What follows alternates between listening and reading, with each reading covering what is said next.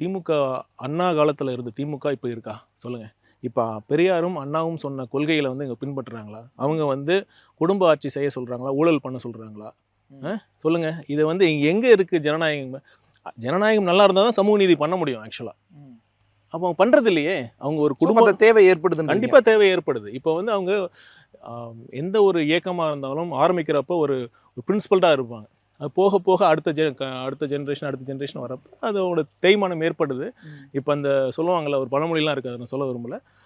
அவங்க எதற்காக அண்ணா இந்த இயக்கத்தை ஆரம்பிச்சாரோ, அந்த இயக்கம் அந்த இப்ப இருக்கிற திமுக அந்த கொள்கைக்காகவோ, அந்த எண்ணத்திற்காகவோ, அந்த நோக்கத்திற்காகவோ இல்லை என்பதுதான் உண்மை. இப்ப வந்து திமுக வந்து ஒரு கார்ப்பரேட் கம்பெனியா மாறிடுச்சு.